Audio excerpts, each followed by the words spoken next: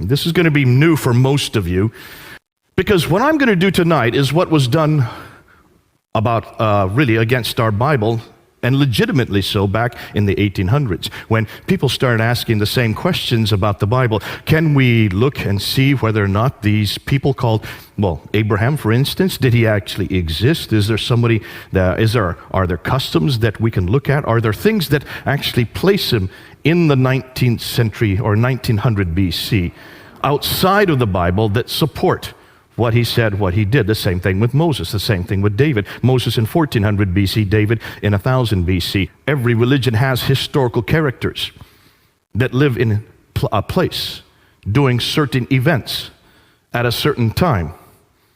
Names, dates, places, and events. Those are the 4 historical questions we should ask of every book, not just the Bible, the Upanishads, the Vedas, the Bhagavad Gita, the Book of Mormon, different books that are claimed to be religious books, and certainly of the Quran. So what we're going to do today is all these questions that have been asked of the Bible, now for the first time we're applying them to Islam. So let's open it up and let's talk about what we're talking about. Well, let's say the first thing that every Muslim will say is, and they all agree with this, is that Muhammad is the last and greatest prophet. I don't think there's any Muslim that would say any different. They would also say the Quran was his revelation sent down only to him between 610 and 632. It's the final revelation. It's the greatest revelation. It's the seal of all revelations, like Muhammad is the seal of all prophets. He is the final prophet. Therefore, Islam is the final religion based on Muhammad's life. Now, what's the classical account? This is the account that you've all heard. This is what you're taught in every school. This is still what is being taught in every university. It's still being taught in most every corner of the world. This is the classical account that you've only, and this is one you'll agree with. You've never heard any other story. You've all been told that Muhammad was born in 570. Has anybody heard any different? No. There's no reason not to hear any different, because that's all that we've ever heard. We also have been told that in 610, he was going up, he went away from Mecca, he went to the Hira cave, which he would go there quite often to meditate. And there in the middle of while he was meditating, suddenly an angel appeared to him, Jibril, and says, Akra, that means recite. His response was, Ma'akra, I cannot recite, because he could not read or write. So the angel squeezed him, then said a second time, Akra. And his response was, Ma'akra, I cannot read or write. And he was squeezed a second time. This happened 3 times. Finally, the angel let him go, and he ran back to Mecca, went to Khadija, his only wife at that time. Khadija was the woman that was very wealthy. She had her own caravans. She employed Muhammad as her caravan leader. She married him. And she had a little test for him when he came back. She asked him to first sit on one leg and asked him, was this an angel that talked to you? He said, yes. She asked him to sit on the other leg and said, are you sure this was an angel that talked to you? He said, yes. She finally disrobed in front of him and then asked the third time, were you sure that this was an angel? And he said, yes. After that, she knew he was telling the truth, because no angel would ever be in her presence disrobed.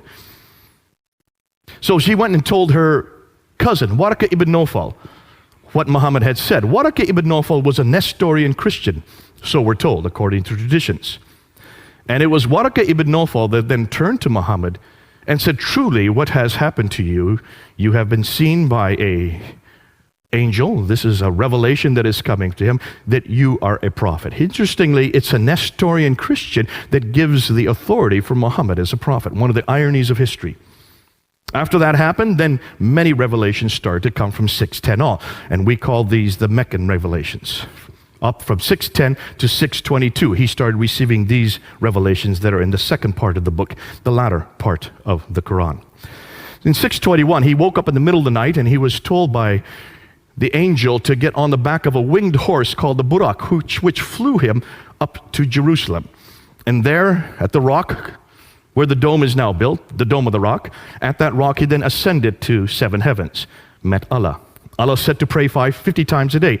So he came down to the 5th heaven, met Moses, and asked him how many times he'd ask you to pray. He said 50. That's way too many. Go back up and see if you can get it down. So he goes back up to Allah and gets it down to 45. He comes in down to the 5th heaven, and Moses, see if you can get it down more. And so he bounced back and forth between the 7th and the 5th heaven, bringing it down from 45 to 40 to 35, down to 15, 10, and finally 5 prayers.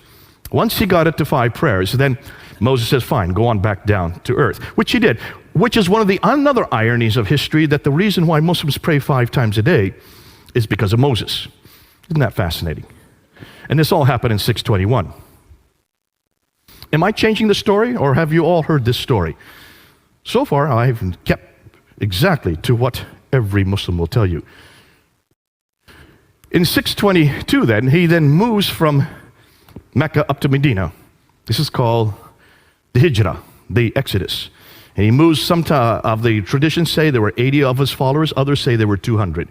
Nonetheless, he had a small group of men and women that he moved with, called the Hijrah. He moves up to Medina, and then the reason why he goes to Medina is because the Ansar, the natives of Medina, they were having problems with the Jews who controlled all the commerce. They needed someone who was neutral to arbitrate between them, and so that's why they brought Muhammad up. He was neutral. So he was there as an arbiter between the Ansar, the Arabs, and the Jews. Now, that arbitration happened for about 2 years. That continued for 2 years, from 622 to 624. It didn't work, because after 624, then, that arbitration broke down. He still continued to receive revelations, and these revelations continued from 622 to 632, the last 10 years of his life. Once these arbitrations broke down, once the Jews no longer accepted him as a prophet, he no longer accepted them. In 630 then, he goes from Medina and he just walks right into Mecca and takes it over. No war, no battle, he takes it over. And then he dies in 632. Some say he was poisoned, but what we do know is that he did die, and that's, at that time, the Quran had yet been written down. It had been memorized by many of the companions. Parts of it had been written on bones, stones, some had been written on bark, but it had not been written down completely when he died. After he died, Abu Bakr takes over. Abu Bakr rules from 632 to 634. He dies normally. Then Umar takes over, and he goes and rules from 634 to 644, the next 10 years. He then is killed. Uthman takes over, and he then rules from 644 to 656. It's during his ruling, the third caliph, his ruling, that the Quran was written down. 650 to 652 is when the Quran was finally written down, roughly 18 to 20 years after Muhammad's death. This is what the classical account says. This is what I've been taught. This is what you've been taught. This is the only story you're going to hear. And then Uthman is killed, and Ali, the adopted son of Muhammad, then takes over, and he is considered to be the legitimate heir because he is adopted by Muhammad. Muhammad didn't have any heirs. He had 2 sons, but they died in childbirth. He had 4 daughters, but they could not be his heirs. And that's why Ali had to be his heir. Ali then takes over, and then he is killed at the Battle of Siffin in 661. Now, that is the story you've all heard. Have any of you heard any other story? No, I don't hear and see any hands. For a very good reason. There is no other narrative. That's the only narrative we're given. There you can see now where this is all happening. It's all happening in this red area here. From the birth of Muhammad in 570 up until the death of Muhammad in 632. Everything that took place during Muhammad's life is in that red area. Now, when should that have been written down? You would like to think it was written down, everything I've just told you, should have been written down while Muhammad was still living, or immediately afterwards, right? You would like to think so. It would make sense, because we're not talking about a time when people could not read or write. People could read or write. Listen, the Bible had been written long before this. We have a copy of the New Testament right here in London from the 4th century. This is the 7th century. 300 years earlier, they had already written the Bible down, and certainly people could read or write in this part of the world. Why? Because take a look and see what they controlled. They now controlled the central part of Arabia. These people were merchants. They should have been able to read or write. Muhammad could not, but certainly Khadija could, his wife. And he has a secretary named Zayd ibn Thabit. Zayd ibn Thabit is his secretary. What do secretaries do? They write, don't they? By definition, he should have been able to read or write. So you would have hoped that someone could have written down all the story that I'm just telling you about in this period, or immediately after here. When do you think this story that I've just told you was written down? It wasn't written in that period at all. It wasn't written in the 7th century at all. Not even the same century that Muhammad lived. In fact, it first gets written down by this man here, Ibn Ishaq, in 765. Muhammad died in 632. But we don't have any of his material. We're dependent on this man here, Ibn Hisham, to know about what Muhammad did. We have nothing before Ibn Hisham. And look at the date when he died, 833. 632 Muhammad dies. We have no biography of Muhammad until 833. That's 200 years later. So basically what we're saying is, everything we know about Muhammad, about what he did, doesn't get written down till over here, 200 years later. What about his sayings? Al-Bukhari is the one that first writes down his sayings. Al-Bukhari is given 600,000 akhbars, 600,000 of these sayings, and he's to throw out those that were fraudulent. So he whittles them down, right down to 7,397. From 600,000, he whittles them down to 7,397. That's just 2%. He throws out 98% and only retains 2%. And when was that done? In 833. That's 240 years later. How did Al-Bukhari know what to retain? How did Al-Bukhari know what to throw out? Did he know Muhammad? No, he didn't. He lived 240 years later. Did he live in that area? No, he didn't. He lived hundreds of miles away and hundreds of years later. So why did it take them 240 years to write down what Muhammad said? What about the tafsir, which would be the commentaries on the Quran, which is what Muslims must need in order to know how to interpret the Quran? You have many, many tafsir. You have Al-Tabari. In fact, Al-Tabari is the first to write down a tafsir. Take a look at his date. 923. That's the 10th century. 300 years later, because Muhammad died in 632. It takes him 300 years to write the first commentaries on the Quran down. Now, there are many that write after Al-Tabari. There's Baidawi, Zamakhshari, Suyuti. The names go on and on, but they all come after 923. Nothing before 923. So basically what we're saying is everything we know about Muhammad, everything we know about his life, everything we know about how the Quran was put together, everything we know about what he said that happened in this period here, does not get written down till this period, 200 to 300 years later. Does that bother any of you? Please say yes. It should bother all of you. Why? Well, can you imagine if we were to apply the same criteria to Jesus? Now, when did Jesus die? We know he died in about 33 AD. Did people write down what he did? Yes, they did. Almost immediately, didn't they? You have Matthew, Mark, Luke, and John, who wrote down the biography of Jesus. So you have the biographies written down. We know that Matthew, Mark, and Luke were written by between 48 and 64 AD. So within 30 to 40 years, you already have 3 biographies of Jesus. John would have been written later. That's about 60 years later. But 2 of those biographers actually knew Jesus. John and Matthew lived with him for 3 years. They saw everything he did. They heard everything he said. So they wrote down what they saw and they wrote down what they heard. We don't just have 1 biography, we have 4 biographies. 2 of them written by eyewitnesses and the other 2 who got them from the eyewitnesses. 40 to 60 years after Christ's death. What about the tafsir of Jesus? That would be the commentaries. Well, the tafsir of Jesus would be the letters of Paul. He was the one that actually commented on what Jesus did. What Jesus did, he showed how to apply what Jesus did in Ephesus, in Philippi, in Corinth. Those are the commentaries on Jesus' life. And Paul was beginning to write down within 15 years of Jesus' death. Not 300 years, but within 15 years, Paul was writing down these tafsir of Jesus. Do you see the parallels? What about the Tahrik, the histories of the early church? The book of Acts, written by Luke. And we know the book of Acts had to be written between 52 and 62 AD. Jesus died in 33 AD. So within 20 to 30 years, you have the Acts of the Apostles written. Which means everything we know about Jesus is written down within 15 to 60 years while the eyewitnesses were still living. John was still living. He was the last to write something down. Whereas everything we know about Muhammad is written 200 to 300 years after the fact. Ooh my, look at the differences. That's why I love my Bible. And that's why I love the person of Jesus Christ. That's why I can trust what I know about him, because they were written down so early. And you might say, hold on a minute, the first century, that's so early. Could people read or write? Listen, these were fishermen. How did they know how to read or write? Well, Matthew wasn't a fisherman. He knew how to read or write. And John used a scribe to write for him.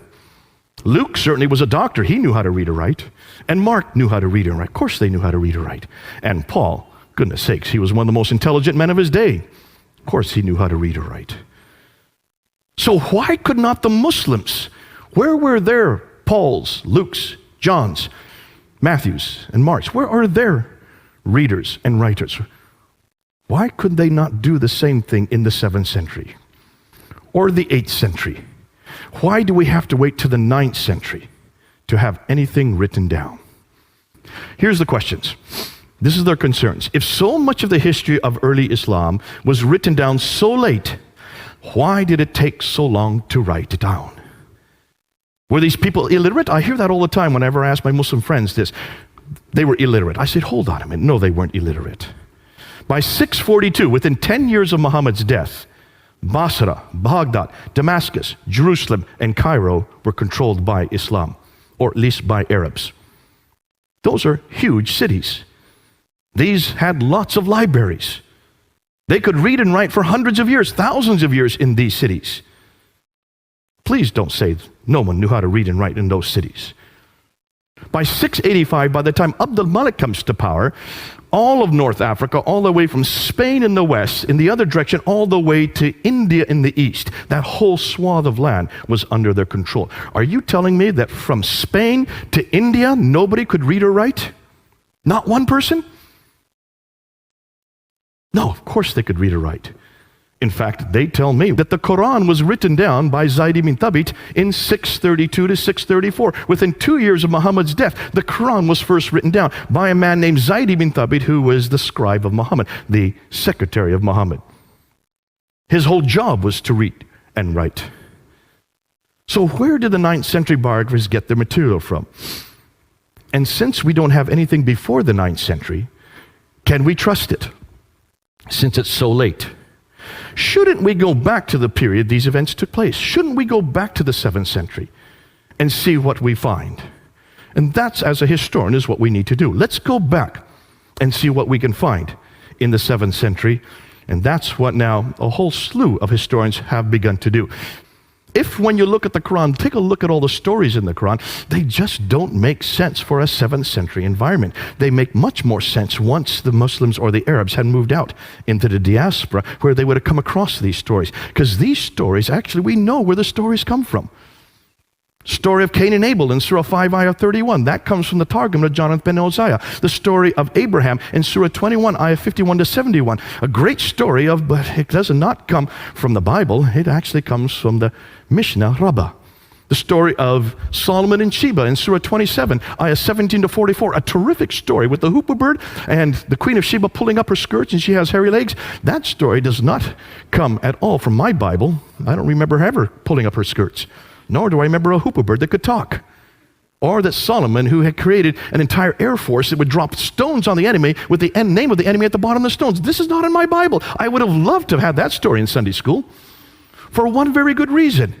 It's from the second Targum of Esther, which is written in the 2nd century. It was nothing more than an apocryphal account written by the Jews in the 2nd century, and nothing more than as entertainment for their children. Yet you find it in Surah 27, Ayah 17 to 44. They shouldn't have ever put it in the Quran. This does not come from God. It doesn't even come from His scripture. It comes from nothing more than a folk tale for children. The first Arab inscription referencing Muhammad is not till 691. Muhammad died in 632. Isn't that interesting? There's no Arab reference to Muhammad earlier than 691. That's 60 years after he died. The first reference to Muslim, the word Muslim, is not till the 690s. So what did these people who were destroying and taking over Basra, Baghdad, Damascus, Jerusalem, and Cairo, what did they call themselves? Well, they called themselves Sarasin, which is the Arab name for these people. They call themselves Hagarim because they are in the line of Hagar. They call themselves Ishmaelite because they are aligned through Hagar down to Ishmael, so therefore they would be in that line. They call themselves Maghreb because they come from the Maghreb, and they call themselves Mahajurun. These are the names they call themselves, those 5 names. The Mahajurun means people of the Hijr, people of the Exodus, people who are nomadic. The first reference to the word Islam is not till 691 on the Dome of the Rock, there in Jerusalem. And the first reference to the city of Mecca is not till 741. Muhammad died in 632. As you know, as I already said, the first biography of Muhammad is not till 833. Now let's unpack this and let's see what we're talking about. And let's start with Dan Gibson's material. Now Dan Gibson, when he was looking at the Quran, and you can do the same thing, he wanted to find out where the geographical locations were in the Quran. And he noticed there were 65 geographical locations. 9 places are named over and over again. And the names that come up over and over again are these people from Ad. 23 times it talks about this prophet who has contact and has a relationship with these people from Ad. It doesn't mention who this prophet is. It just says the prophet, the messenger, the prophet, from the place of the prophet, from the place of the messenger. It doesn't refer to where he lives. Isn't that curious? In fact, you're not going to find reference to Muhammad. You will. There, in all the many, many references to Muhammad, take a look, you'll see they are all in parentheses, which means they've had to been put in at a later date. Muhammad's name is, in Arabic is only found 4 times. 3 times in one surah alone. 4 times. How many times is Jesus found in the Quran? Try 93. So this messenger has contact with these people from Ad 23 times. 24 times he has contact with these people from Thamud. And 7 times for these people from Midian. Ad, Thamud, Midian, where are they? Well, they're not around Mecca. They're way up here. 600 miles further north. But here's Mecca way down here. If he's living in Mecca, how come he's having these contacts, daily contacts with people that are 600 miles away? Put that under your hat and hold it a minute. Let's talk about Mecca.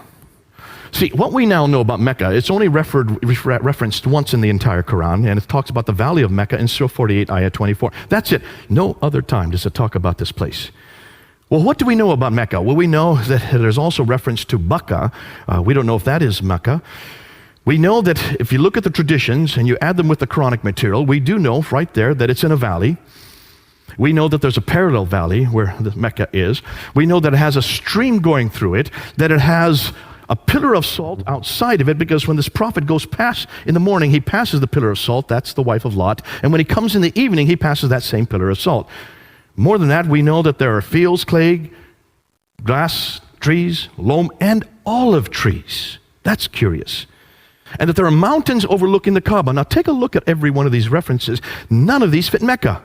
Mecca is not in a valley. There is no parallel valley. There is no stream going through it. It only has one well, the Zamzam well. It could not have accommodated any caravans. It does not have tree, fields, clay, glass, or any suggestion of any olive trees, because olive trees only exist in the Mediterranean, 600 miles further north. There are no olive trees at all in the Arab Peninsula. So, all of these geographical references make no sense for Mecca. Now, according to Islam, Mecca is probably the oldest city in the world, because according to Surah 7, Ayah 24, when Adam and Eve, when they were up in the Garden of Eden, which is up in space, when they were thrown out of that garden, they were thrown down to earth. According to the traditions, it was Mecca that they were thrown down to. So it would be the earliest sanctuary for all of mankind. We also know in Surah 21 that Abraham is in Mecca. He is there, and he goes into the Kaaba and he destroys the idols. That's in Surah 21. So in 1900 BC, Mecca should have existed if Abraham's there, right? We also know from all the traditions that Mecca was the center of trade, north, south, east, and west. That's why it became rich. That's why Muhammad was there. He was a trader. So, it's the mother of all settlements, according to Surah 692, Surah 42, Ayah 5. Adam and Eve came from there, Abraham came from there, Muhammad was born there. And it's also where the Qibla, the direction of prayer, every mosque should be facing Mecca. Correct? From 624 on, it should be the case, because we do know, according to Surah 2, ayah 145 to 149, that Muhammad, when he moved to Medina in 622, he redirected the Qibla back up to Jerusalem so that it could accommodate the Jews. After 624, the Jews would not accept him as a prophet, so suddenly he gets a new revelation in Surah 2 to redirect the Qibla back down to Mecca. So from 624 on, every mosque should be facing Mecca, right? Now, take a look at this Byzantine map of the trade route from the 7th century. What's missing?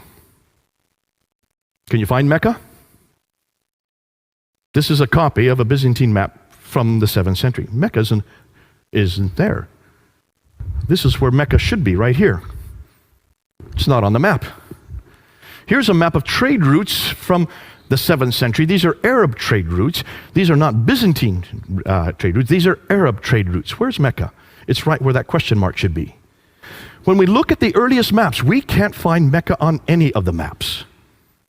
This is the map that Patricia Corona looked at, and this is the one that got her curious. She was shown this map. This is a map that's not from the 7th century. It's a map that was made today in the 20th century, redacted back to the 7th century to show you what the place looked like. And when she looked at this map, she noticed that all the trade would have come from here in India and China further away. They couldn't go that way because of the Hindu Kush and the Himalayas. So all the trade used to come across the Arabian Sea over here into the Persian Gulf and used to go that direction up to the Mediterranean world. Are you following me there? The problem is that the Sassanids who were here were warring against the Byzantines who were there. So they were warring back and forth for 200 years from the 5th, 6th, and 7th century. So that shut down the trade from going up the Persian Gulf. They had to redirect the trade from India across the Arabian Sea down to here in Aden. And that's where they took off all the trade. They took it off the boat there, and they went 1,250 miles, following that green line all the way up to Gaza in the north. That's a pretty good theory. That's called the trade route theory. Montgomery Watt was the one that came up with that theory. The Muslims love it, and they've grabbed onto it, and they're still using it today. Dr. Patricia Crone looked at this map. She says, hold on a minute, you've got a problem there. Let's see if any of you can find that problem. My 10-year-old son found it within 2 minutes. I'm not going to give you 2 minutes. Can any of you see a problem with that theory right there by looking at that map? No? No one's going to try? Should I give you a hint? Water. That's a pretty big hint. Go ahead, sir.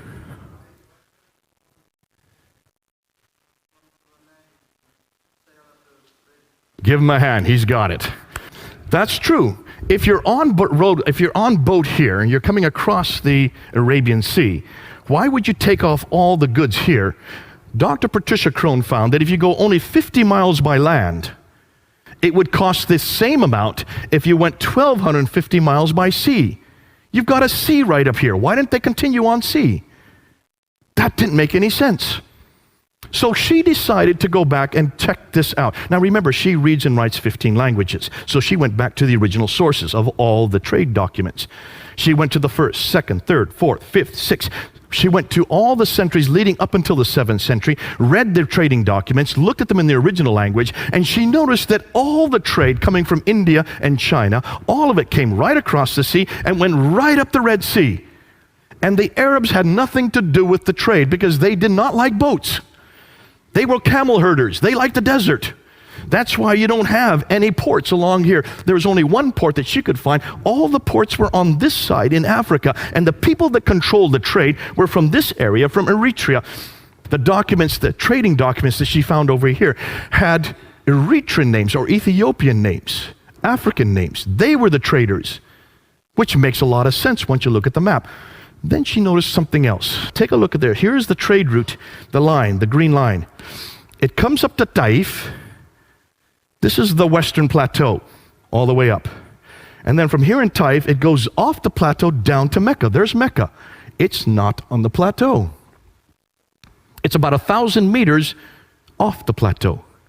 They would have to go down to Mecca to go to a place that had no water, then come back up 1,000 meters to get up to Yathrib up here. Why had no one noticed that before? This is nothing new. It's been around for hundreds of years. Why did no one notice that Mecca's not on the trade route? It would have made no sense to be on the trade route. Why? Because it's too far down. It had no water. So she decided to look and see what was it that made Mecca, if it had anything that made it rich. She was told, according to the trade route theory, that it had 15 spices. And that's why it became rich. So she wrote her book, and she decided to do research on all 15 spices. And she found that none of the spices, except for 2, even came from Arabia. They either came from India and China, or they came from Africa. The only 2 spices that came from Arabia were frankincense and myrrh. And they came from the southern part, the Hadramat, this part here, which is Yemen and Oman today. Nothing about any spice from this part of the world. The only trade she could find that were going up the Western Plateau was milk and leather. You cannot create an entire empire made out of milk and leather. Now, when she came out with this book, it blew open everything we knew about Mecca. She decided, well, let's find out what people knew about Mecca. So she went to every document she could find. She found documents written here in Ctesiphon, which is way up here.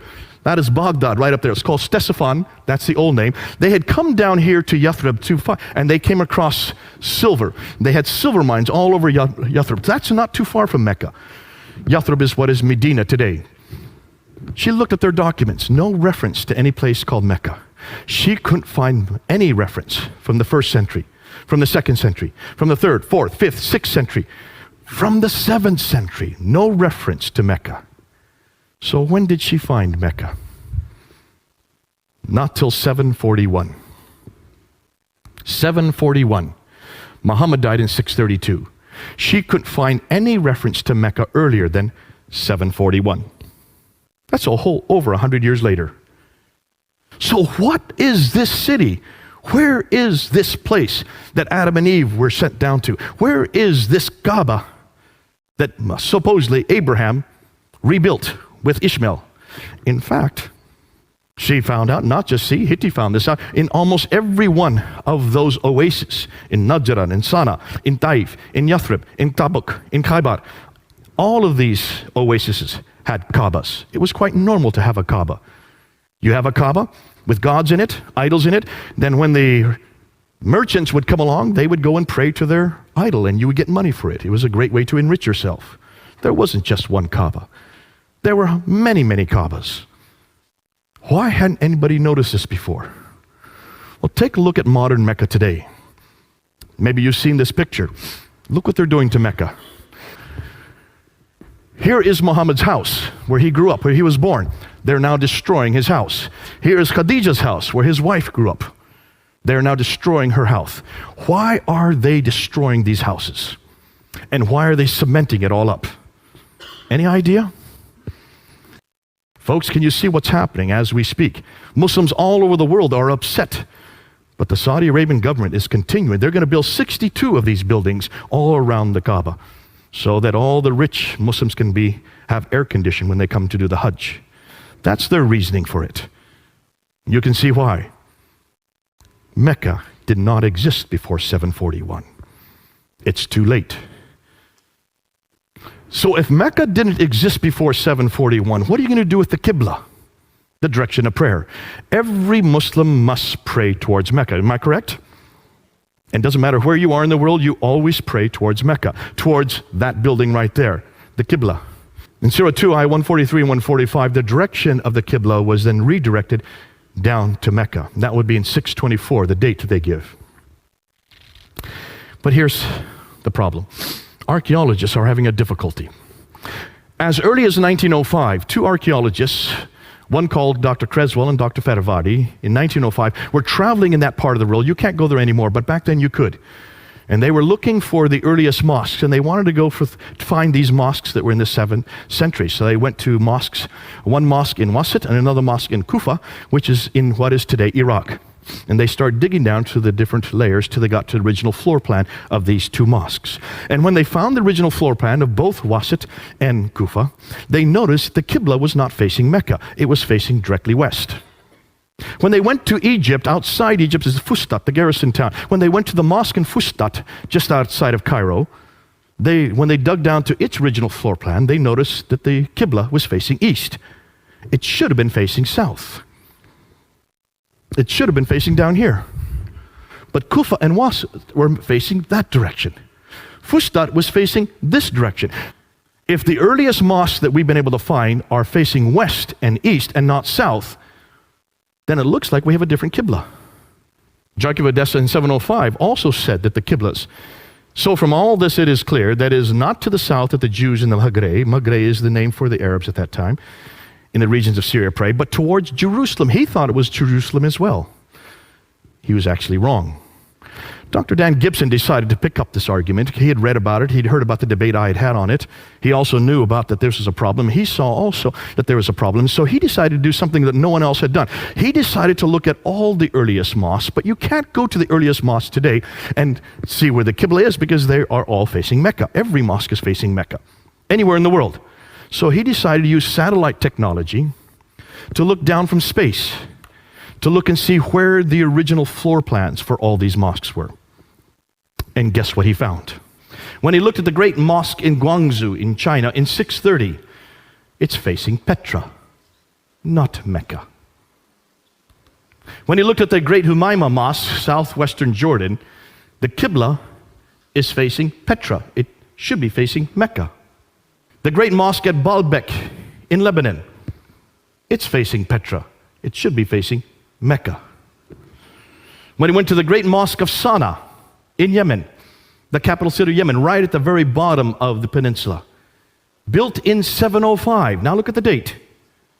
All the Qiblas were supposed to be canonized in 624.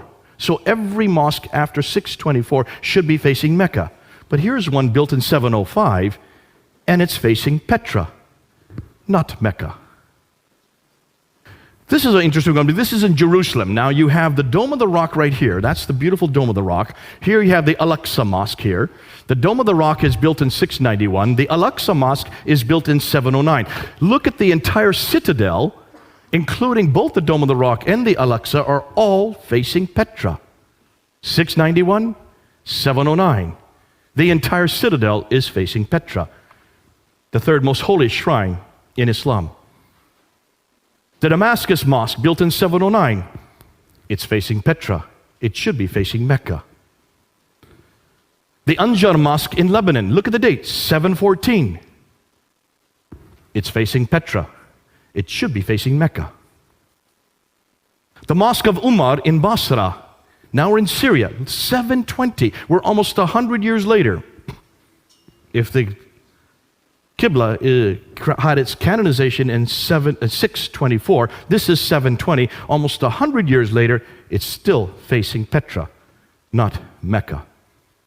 It's not till 727 that they finally found a mosque in Pakistan, Banbor in Pakistan, facing Mecca instead of Petra. This is over 100 years later. But then in 728, here you find a Qibla in the Qasr al-Khayr al-Sharqi in Syria. It's not facing Petra or Mecca. Looks like they're a little confused on this one. Now here's what's interesting. Take a look at this mosque from Amman in Jordan. This is the older mosque, built in 700. It's facing Petra. They then rebuilt another mosque behind it and above it in 740. It now is facing Mecca the right way. So what happened between 700 and 740? That's the question we need to ask. The Mushata Mosque in Amman, now we're in 743. It's back to Petra again. This is 120 years later. The Rabat, now when we get to North Africa, they don't seem to know where to face.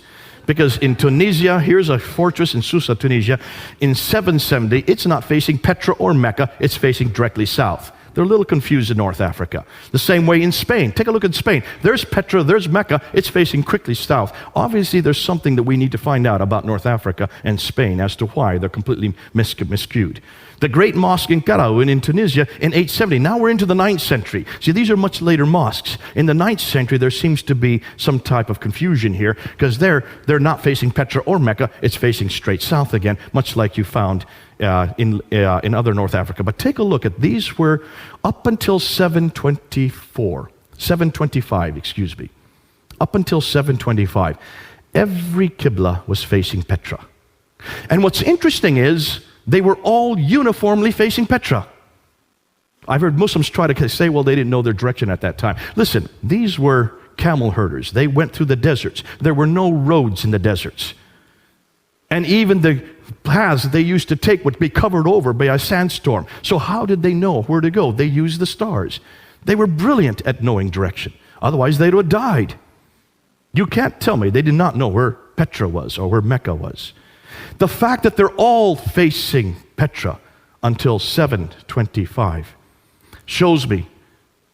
So from 622 to 725, every mosque he looked at was uniformly 100% facing Petra. Between 725 and 822, there seems to be a confusion. There seems to be something going on. We don't know what it is yet.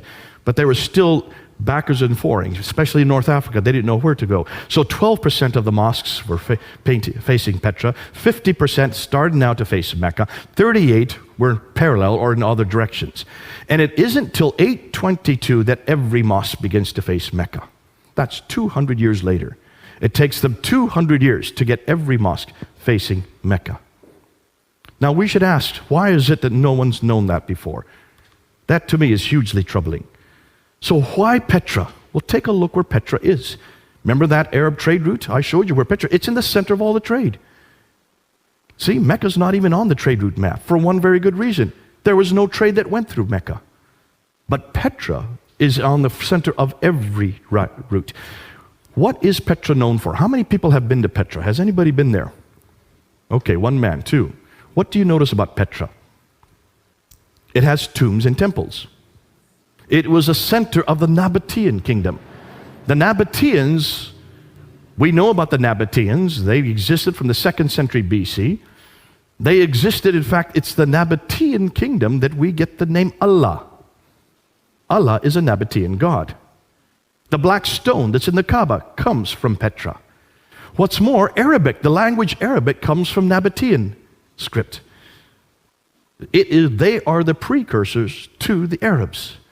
And yet all of their mosques and all of their temples all around the world were facing Petra up until 725. Let's take a look at Petra even closer. Look at Petra. It's in a valley. It has a parallel valley. It has a stream going right through it. It has fields, trees, grass, clay, loam. It has olive trees. It's near this. If there was ever a pillar of salt that Lot's wife would have been, it would have been close to Petra, because that's exactly where that event took place. Petra has all the items listed above from the Quran and the Islamic traditions. Everything that we see in the Quran and the Islamic traditions fit Petra. None of them fit Mecca. Thus, could it be Petra that all these places were referring to? What's more, take a look at Ad, Thamud, Midian. Remember the people that are referred to in the Quran over and over again? 23 times these people from Ad, 24 times the people from Thamud, 7 times from people from Midian. Take a look and see where they are. They're all around Petra. They lived right around Petra. No wonder whoever was writing or whoever was coming in contact with these people, they were living, whoever that person was, that messenger, that prophet, was living 600 miles further north. Not in Mecca. Mecca's way down here. 600 miles between the two. So what's the significance? And this is what we need to unpack today.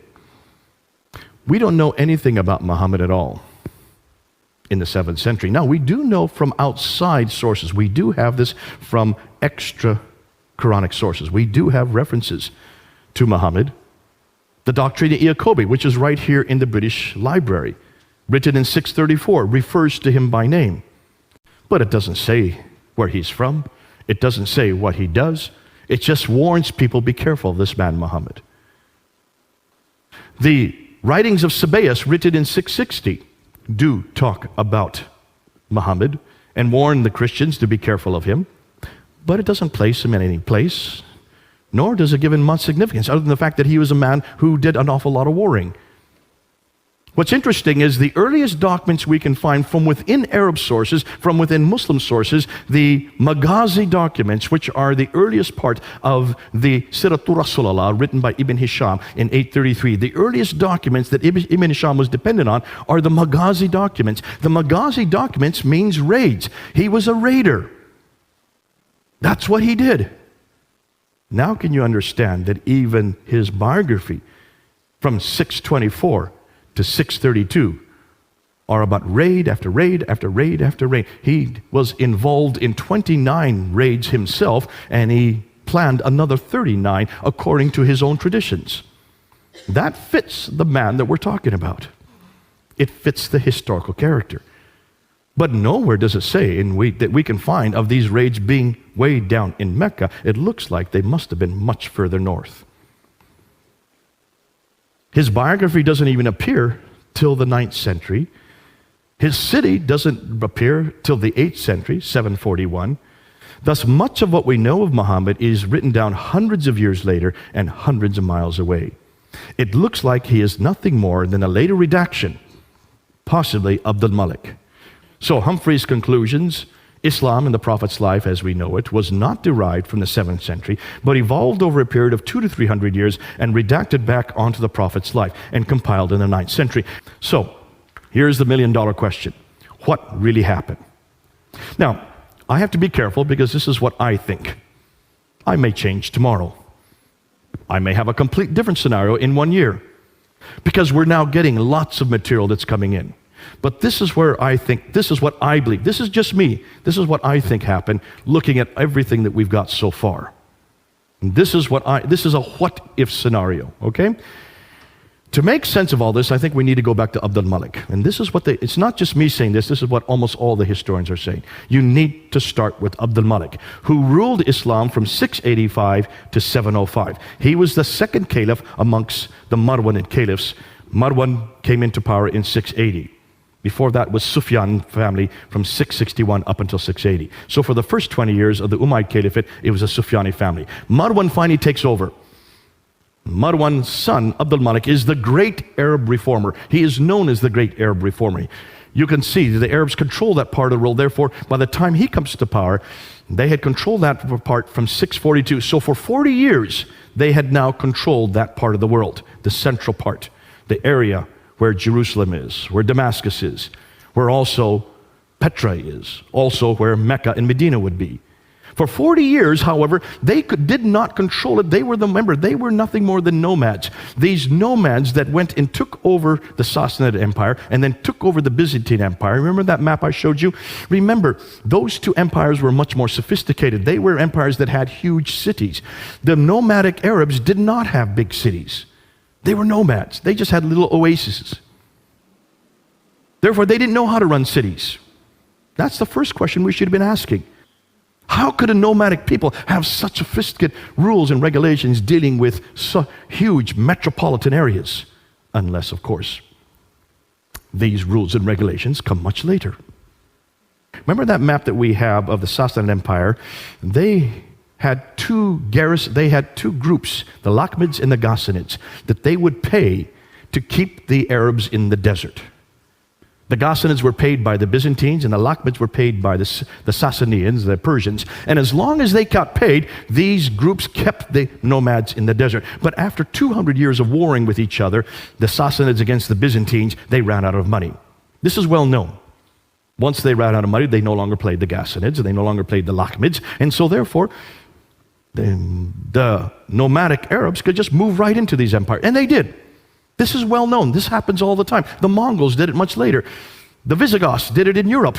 Barbarians who come into much more sophisticated environments. What happens when barbarians take over sophisticated environments? They don't know how to run cities. The Arabs didn't know how to run any of these cities. So what did?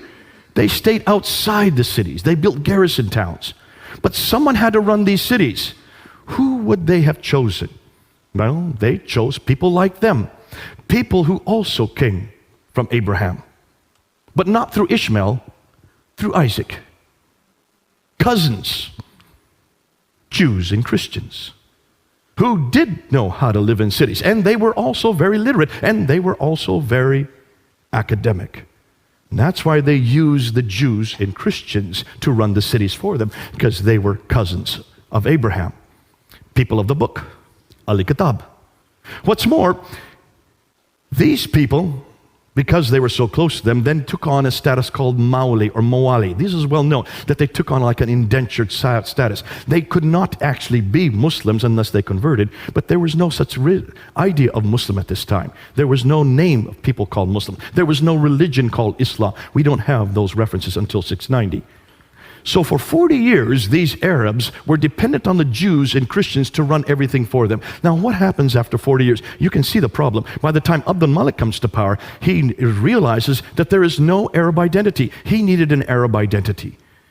You want to create your own identity. It's very clear that the Arabs did not have a prophet. It's very clear that the Arabs did not have a book like the Jews and Christians had. They had a whole line of prophets. They had whole slews of books, 66 books. Nothing in the line of Ishmael. But you're the ones that now control the world. You control all these Jews and Christians. So we know, and this is well known, that Abdul Malik is known as the great Arab reformer. He's the one that introduces Arabic as the international language. He is the one that introduces this Arab identity. This is well known. We can see that because when you look at Abdul Malik, take a look at the coins, and they're right here in the British Museum. Look at the coins. So the coins that the Byzantines had were the emperor with two retainers on either side, and then they would have an orb with the Byzantine cross. On the back side is the Byzantine cross. When the Arabs took over, they had to keep the same coinage so they could still continue having commerce with all the people in that type of the world. But what they did is they took off the Byzantine emperor and they put the caliph here. So this is the caliph with two retainers. No longer is there an orb with a cross. You notice. The back side still looks like a cross, but it's missing the cross piece. So no one would confuse that this is a cross to make it Arab. All right? But how can you have images of caliphs on the back of coins? Are Muslims allowed to have images anywhere? These are the coins that introduced by the Umayyads, the first Muslims, supposedly, right? Coins, every caliph had their image on their coin. Until you get to Abdul Malik. Abdul Malik first introduces himself with an image. But then he takes it off and he introduces these coins. In 691. In 691, he introduces coins with only Arab script. He takes off the image and introduces an Arab script. And take a look what's on that coin. For the first time, you see the Shahada. That's the first time we see the Shahada. I lie. It's the second time we see the Shahada. The first time we see the Shahada is on the Dome of the Rock. Who is the one that builds the Dome of the Rock? It's Abdul Malik. The Dome of the Rock is considered to be the third most holy shrine in all of Islam, right? Am I correct on that? Ask any Muslim why the Dome of the Rock is built, and they will tell you, well, that's where Muhammad went to the seven heavens. Remember I said that earlier tonight, right? That's the story that happens in 621. It's called the Miraj, and it's to commemorate that event, which means that building should have some reference to that occasion, right? Take a look at the Dome of the Rock. Look where it's situated. See, Abdul Malik does not live in Jerusalem. He does not live in Medina. He lives in Damascus. Why in the world does he not live in Mecca? If that's the seat of the world, if that's where God is, why doesn't he have his capital in Mecca? Or at least in Medina? He's way up in Damascus, about 1,000 miles further north. But then he comes to Jerusalem in 691 and builds this large building. The Dome of the Rock. Take a look where it is. Here is the Church of the Sepulchre, which is the center of Christianity at that time. The Dome of the Rock is built on the other valley, across the valley from it, and higher up. He builds it higher up so it has ascendancy. It's bigger than the Church of the Sepulchre. It's the biggest building of its kind. Basically what he's doing is, we are now the rulers. We are now greater than you Christians. We now have the biggest building of our time in 691. And then what does he do on the inner ambulatories? This is the only part of the building. So he uses Byzantine architecture to build the building, much larger than and more prominent than any other Christian building, in the holiest city for Jews and Christians. That's why it's not in Damascus or Mecca. But it's supposed to refer to the Miraj. But take a look at the inscriptions. Now, remember, just to remind you, the Dome of the Rock has been destroyed and rebuilt 11 times. All right, so the dome that we're looking at today is not the original dome. The only original part of the dome that still exists today are these two inner ambulatories in the middle, in the center. These two colonnades right here. That and that. Those are the only part of the dome that is from the original building. All right? So you need to look at the inscriptions on those inner ambulatories. And when you look at those inscriptions, take a look at them and you will see there's nothing at all about the Miraj. There's nothing at all about Muhammad going up to the 7 heavens, coming back down 2 heavens, meeting Moses and going back and forth between Allah and Moses, or 50 prayers. Yet that's why Muslims tell us the building was built. So what's on those inscriptions? Well, take a look. Surah 1:12. There is no God but God. He is one. He has no associate. Who's that against? Jesus. Say, He is God, the one, God, the eternal beside of all. He begetteth not, nor was begotten. Who is that against? Jesus, the begotten Son. And there is none comparable unto him. Muhammad is the messenger of God. Here you see Muhammad's name introduced. This is the first time Muhammad's name is introduced on any Arab inscription or architecture. This is the beginning of the introduction of Muhammad. And it's on the Dome of the Rock. In contradistinction to who? To Jesus. If you want to find out why Abdul Malik built that building and why he made it higher than the Church of the Sepulchre and across the valley on the highest point of Jerusalem, just look at the inscriptions. He's now introducing his own prophet, greater than Jesus. His name is Muhammad. He is the messenger of God. So if you're going to create an identity, you've got to have your own prophet. Because so far they've been dependent on all the Jews and Christian prophets. That's why 19 of the prophets that are listed in the Quran all come through Isaac. Where is the prophet that comes through Ishmael? Only Ishmael's name is there. They need a prophet to create that identity. They build a building, they introduce his name, and then they put it on the coins. Significance? He is the one that introduces this identity, beginning with the Dome of the Rock in 691. It's larger than any other non-Arab structure. It's facing the Arab sanctuary, Petra. It incorporates inscriptions against Byzantine Christianity. It introduces their faith. This is the first time we see the name Islam on the Dome of the Rock. It introduces their people. This is the first time we see reference to Muslims. And it introduces their prophet. This is the first time we see a reference to Muhammad. Isn't that interesting? But this is 60 years after Muhammad died. 60 years later, these three are introduced on the Dome of the Rock. More than that, the Caliphal protocols. So these are the protocols, these are the official documents written by the caliphs from the Sufyani period all the way up into the Marwanid period. And he noticed that every one of these official documents always began with the Bismillah. But it's not the Bismillah we know today. Bismillah, Al-Rahman, Al-Rahim is not there. It's a completely different Bismillah. What's more, it doesn't talk about Muhammad. There's no reference in any of these caliphal protocols about people called Muslims, about a religion called Islam, about a prophet named Muhammad, or about a book called the Quran. Missing in all these protocols. Yet these are supposedly the first Muslim protocols by the caliphs, the first Muslim caliphs. This continues right up until Abdul Malik. And then he comes across Abdul Malik's protocols. And then he noticed in 691, almost overnight, Muhammad's name is introduced. It happens overnight. His name is introduced, the Quran is introduced, the name Muslim is introduced, and so is the name Islam. This is all introduced overnight in 691 and in 692. And from that time on, every protocol starts with the Bismillah and the Shahada, that there is only one God but God, and Muhammad is his prophet.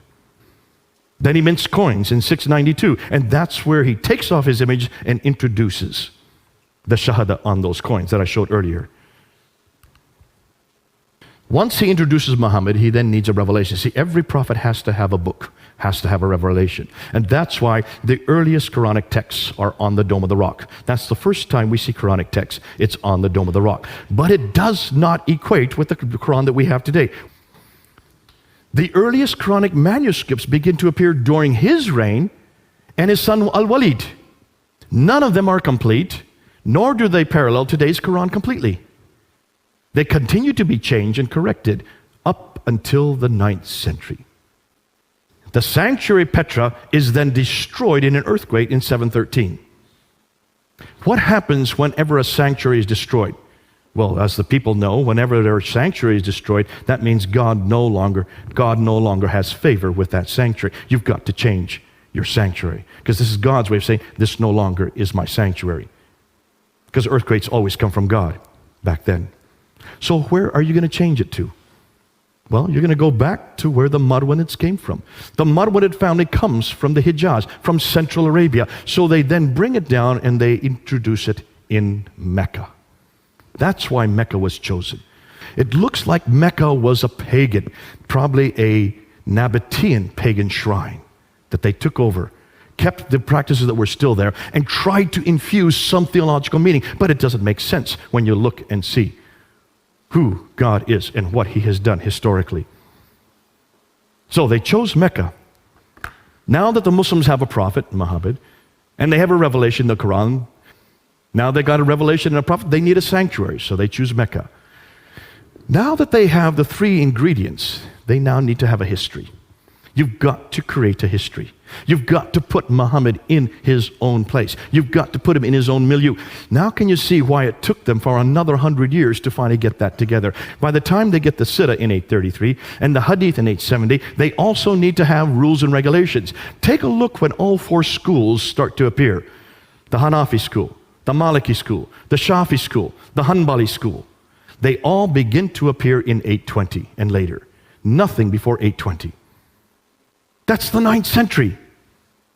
200 years later and hundreds of miles away. Why? Because now the laws have to be created. And that's why they borrowed right, left, and center from Roman law and also from Sassanid law, Persian law. And then once you get that, then you've got to make sense of the Quran. By that time, the Quran is formed, but it is full of contradictions. Just take a look at the Quran, borrowing from many different sources. If you borrow, you've got to make sense of it. That's why the tafsir had to be created. And the tafsir do not start to begin to appear until the 10th century, 300 years later. By the 9th century, they now have the book, the man, the place, and the story. All four. But that's 200 to 300 years too late. So, what about Muhammad?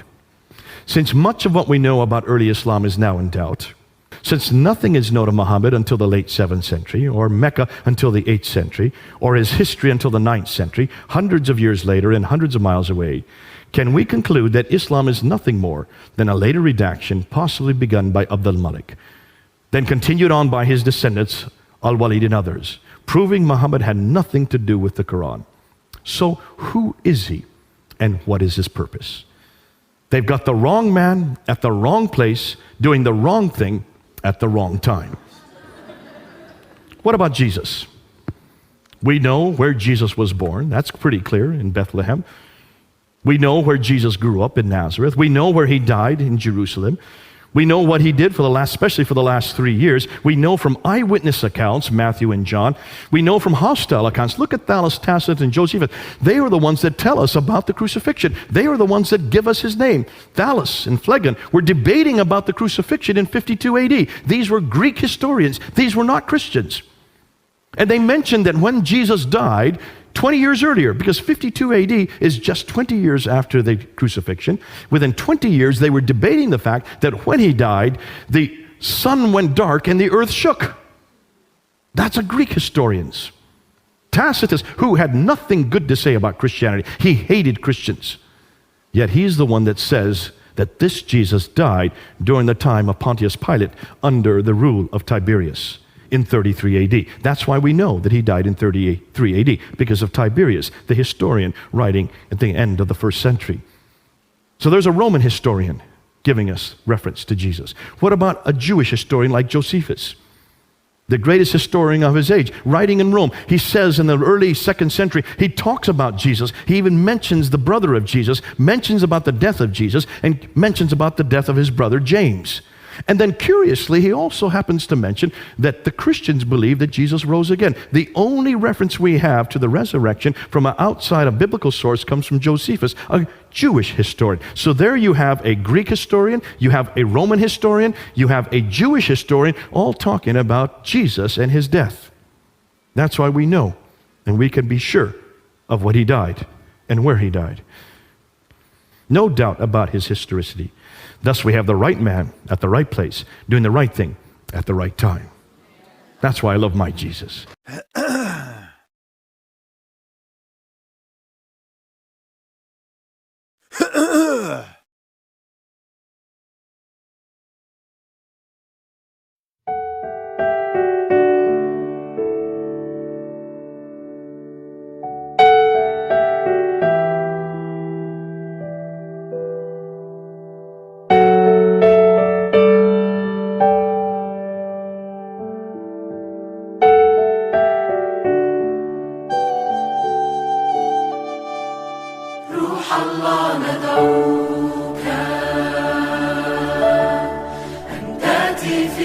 sa